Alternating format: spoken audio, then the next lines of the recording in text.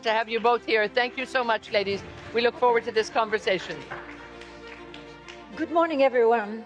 Buenos días, Cayetana. Buenos días. They didn't let me speak to you in Spanish. No, we're going to speak English. We will speak English, Lingua but it's sad franca. because I love when you speak Spanish. You're so charismatic. I have to say something. I'm very lucky to have you with me this morning. I've been admiring you for years, following you in social medias. And a friend of ours told me, you know what? She's my cousin. So I met with you and we decided to have this conversation. She is the future of Spain.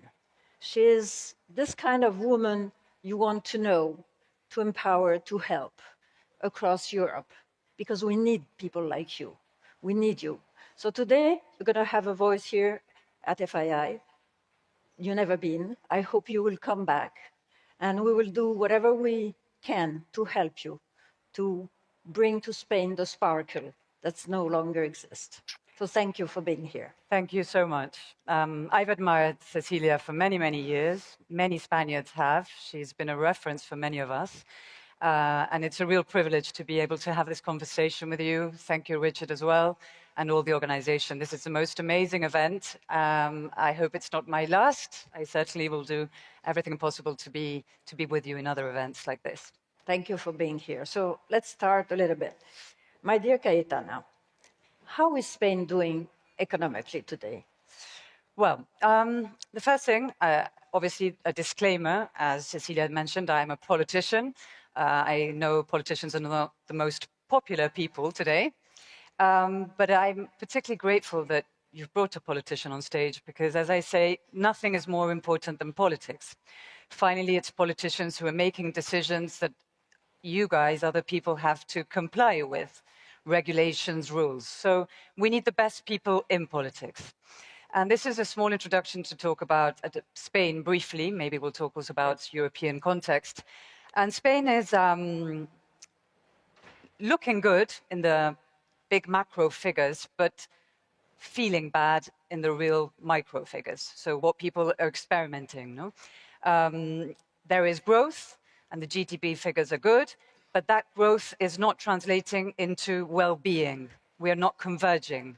We are still 8% below average in EU convergence. And this is happening because Spanish growth is based on volume, not on productivity. It's based on more public debt. It's based on EU funds, which are poorly administered and will not last forever, obviously. And it's based essentially on immigration. So you have a bigger base, more immigrants, but no productivity. And the problem is a lot of young people, particularly young people, are having an extremely tough time. Tough time finding housing, huge housing crisis. You told me it's 25%. 25% youth unemployment, over a 15% EU average.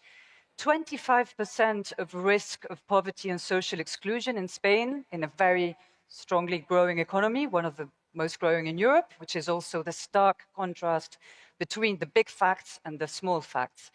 And then political and institutional crisis.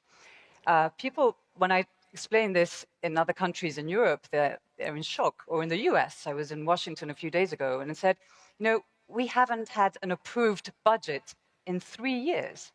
That's crazy. Because there is no majority in Parliament for an approved budget. And so the budget has been, you know, taken over and over and over, the budget from the last term, from the previous government. No?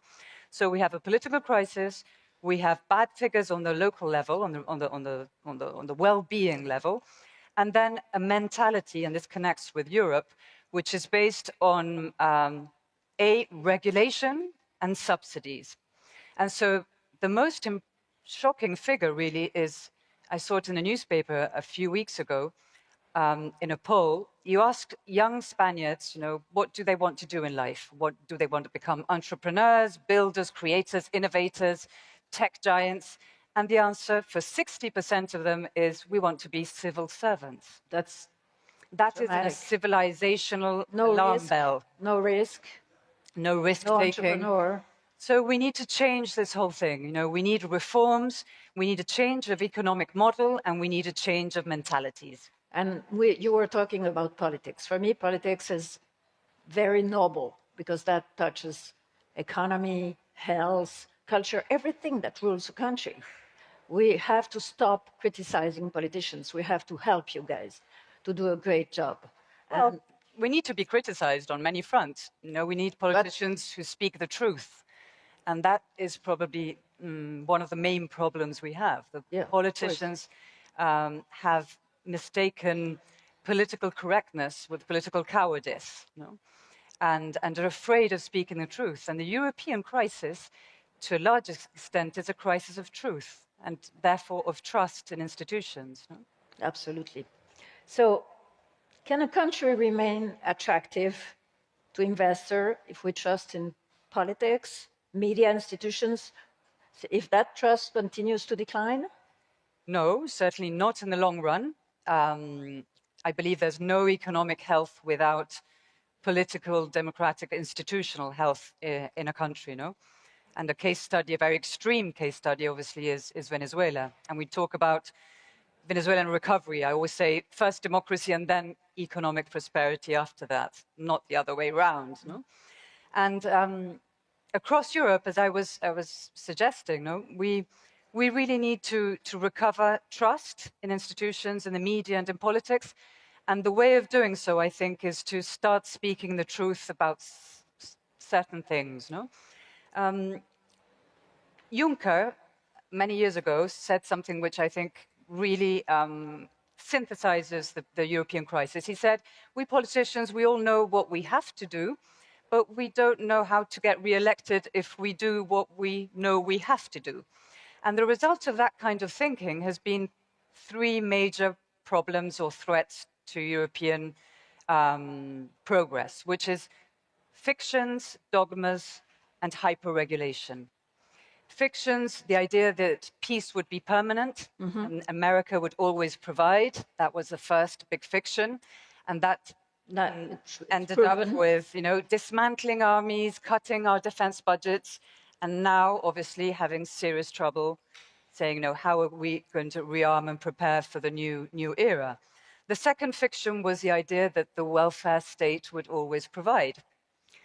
The idea, you know, that money just falls from the trees. Yeah. And that obviously doesn't happen. And the result of that was expanding budgets, strain in institutions, and social tensions. And the third fiction, still there, is the idea that prosperity can remain with no productivity.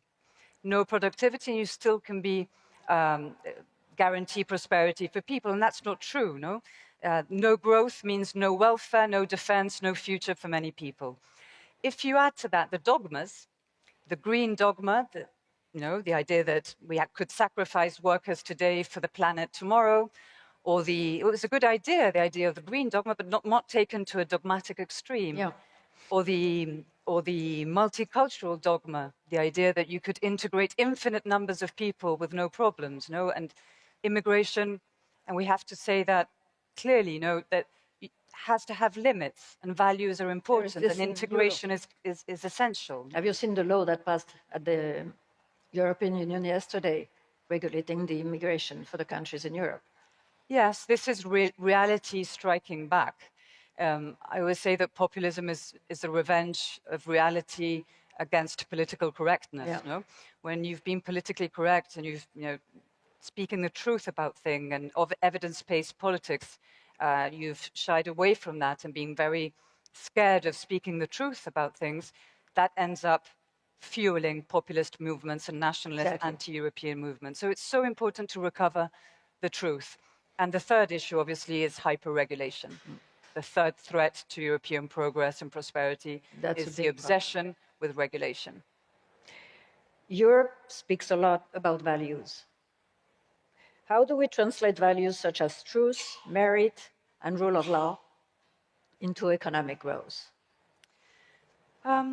Yeah, values. Well, speaking about values is great, but then you have to implement those values. Yes. No?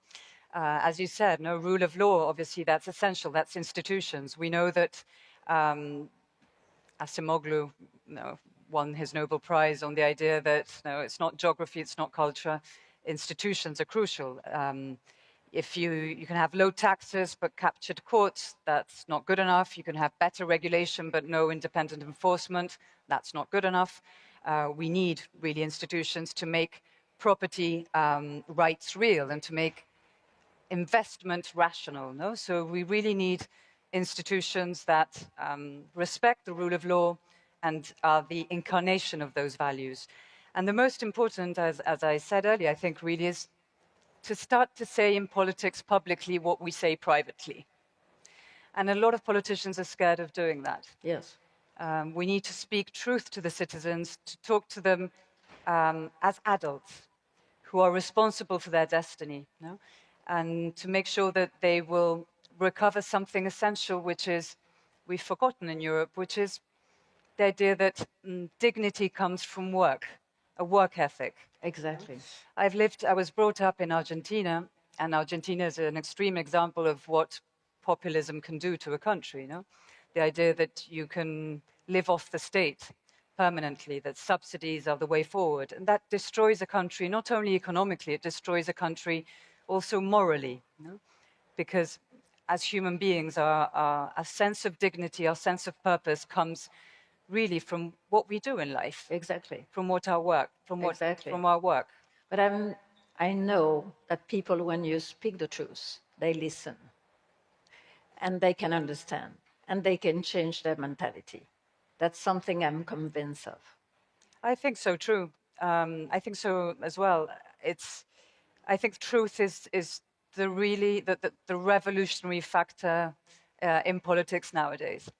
And what people, I think, are angry about is that politicians haven't told them the truth about the limits of the welfare state, about immigration, about defense, about so many issues, no? How do we attract the right people into politics to change? That's not easy, because talented young people who can make a living, and a very good living in the private sector, shy away from politics. Politics has become a very messy, unpleasant business, where feelings override evidence, but as I said at the beginning, there's nothing more important than politics, because it's politics that is going to take those decisions that are going to affect so many people. Let's talk about regulation, for example. No?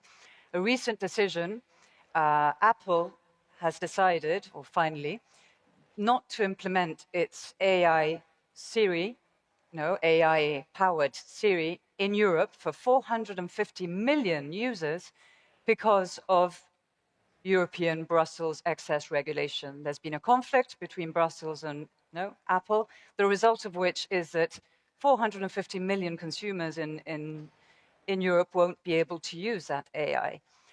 So political decisions have tremendous consequences for people's lives. So we have to make sure that the best people in society really spend some time in politics as a public duty. And for that, we need to make sure that the political ecosystem makes it possible for people like that, who are intelligent, who have a real sense of purpose and of duty, can survive in politics. Yes. How can we do that? That's not easy. We need to... How someone like you... Survive? Not only survive, but decided one day that duty, love of your country, comes first. I mean, this is vocational, obviously, but you have to have that sense of mission in you, and I have that. I mean, that's a mission. It is. But again, you don't have to create an ecosystem that requires heroes in politics. People with a sense of a mission. You need excellent people to be ready to spend some time in this business without being destroyed in the middle, no? And we need to invest in truth as well. For example, in the public conversation now, which has turned completely, not only sour, but impossible, we need to restore truth in the public conversation. What do I mean by this? If opinions have completely overridden facts, and facts have become completely a matter of opinion, then we can't discuss. In the public arena, if you say, I feel there are 3 bottles of water here, it's just my feelings that are override facts. And I'm saying, no, there are 2 bottles here. It's impossible for us to have a conversation. Yeah, of course. So when facts disappear, there is no democracy. And for that, we need to restore evidence-based politics. Science has to come into politics in some form or another. We need to make that cross again between facts and politics. You're entirely. Science and politics. I could speak That's for not an hours easy job. with you, but time is running out. So I've just a last question. How can you attract entrepreneurs, investors in your country? What can you say to attract those people to believe in the future of your country? I think I'd say absolutely. I'm an optimist. I think Me too. Good. Absolute optimist. I hate pessimists. I think pessimists are it's badly maleducados. Maleducados? Boring. Not well raised. Not only that, I think pessimism is a great ally of populism, you know, because pessimism says, you know, everything's so ghastly, everything's going to go so badly that we need a messiah, we need a strong man, we need a caudillo. And I don't believe in that. I think we need responsible citizens, you know. Exactly. So I don't like pessimism.